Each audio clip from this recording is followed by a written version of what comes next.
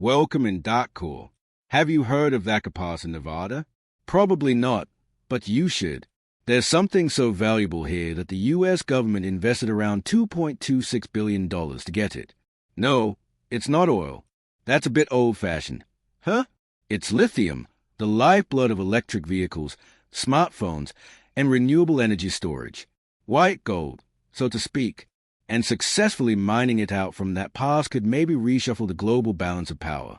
But first of all, why here? Why Pass? Well, it sits on the edge of something called the McDermott caldera. Millions of years ago, a supervolcano blew. The ground collapsed into a giant crater. Over time, water collected inside it, forming a shallow lake.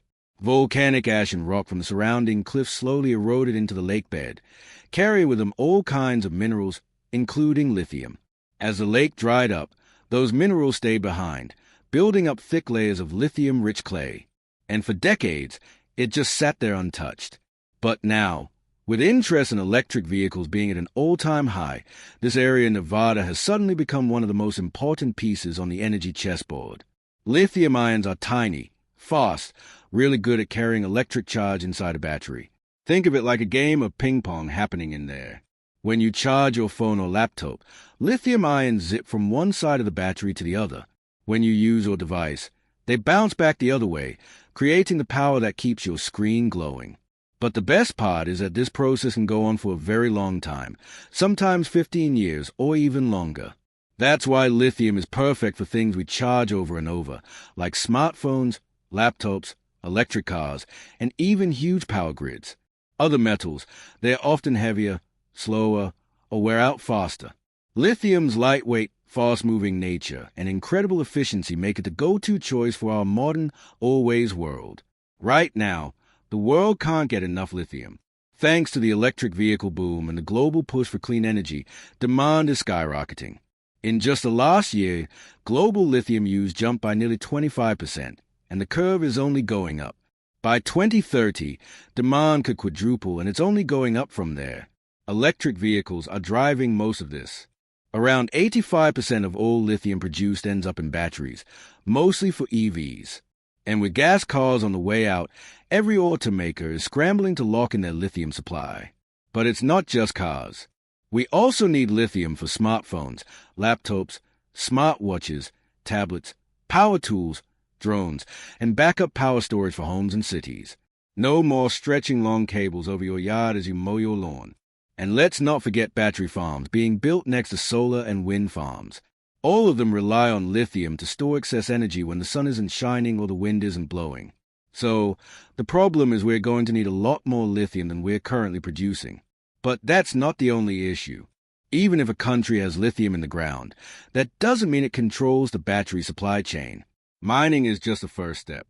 Then lithium has to be processed into battery-grade material. And right now, China dominates that stage, refining around 70% of the world's supply. When the U.S., Chile, or Australia digs it up, it often ends up in Chinese facilities before reaching a battery factory. That's a strategic weak spot. If global trade gets disrupted because of geopolitics, shipping, or any other reason, the whole clean energy transition slows down. It's kind of like growing our own coffee beans, but needing someone else to roast and brew them. You're still dependent, just at a different point in the process.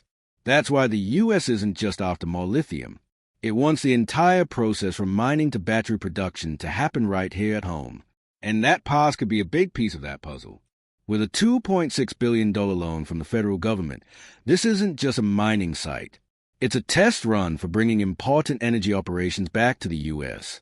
If it goes well, America won't just be catching up. It might be in the game at full speed.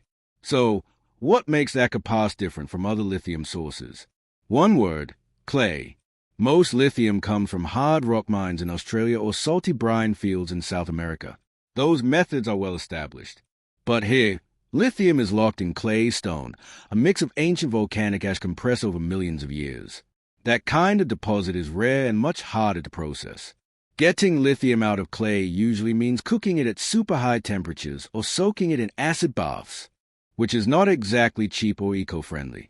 But if Lithium Americas pulled it off, it could unlock a whole new type of lithium mining. Not just here, but across the western U.S. Early estimates say Thacker Pass could hold up enough lithium to power millions of EVs for decades, possibly the largest deposit in North America. That's why this project matters. It's not just about getting lithium. It's about proving that clay-based extraction can work. If it does, it opens up a new domestic supply. If it doesn't work, the U.S. stays stuck in the same loop. Dig up some lithium, but still send it overseas to get refined and stay dependent. On the other hand, if that pass reaches full production, it won't just change where America gets lithium, it might reshape the entire region. The mine is expected to run for 40 years and could become one of Nevada's largest industrial projects. That means jobs, lots of them. Predictions say close to 2,000 people could be employed, not to mention the ripple effect.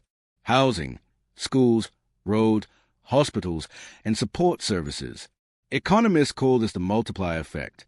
One mine means more local jobs, waiters, teachers, grocery clerks. The whole town gets a boost. In a rural area like Humboldt County, that's a big deal. And it doesn't stop there. Having a domestic supply means prices stay more stable.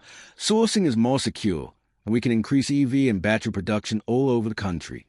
What used to be just a hole in the ground is turning into a national treasure for energy, jobs, and independence.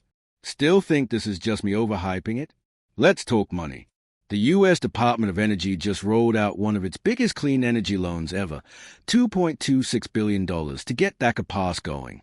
General Motors is investing $650 million to get early access to the lithium they need for their EVs, making this their biggest raw materials investment ever. Tesla has already set up a lithium refinery in Texas, so they can cut out the middleman. Even ExxonMobil is getting in on the action, planning to start lithium production by 2027 and aiming to be a major U.S. supplier by 2030. When oil giants, car manufacturers, and the government are all putting their money on the same bet, that's definitely more than just a trend.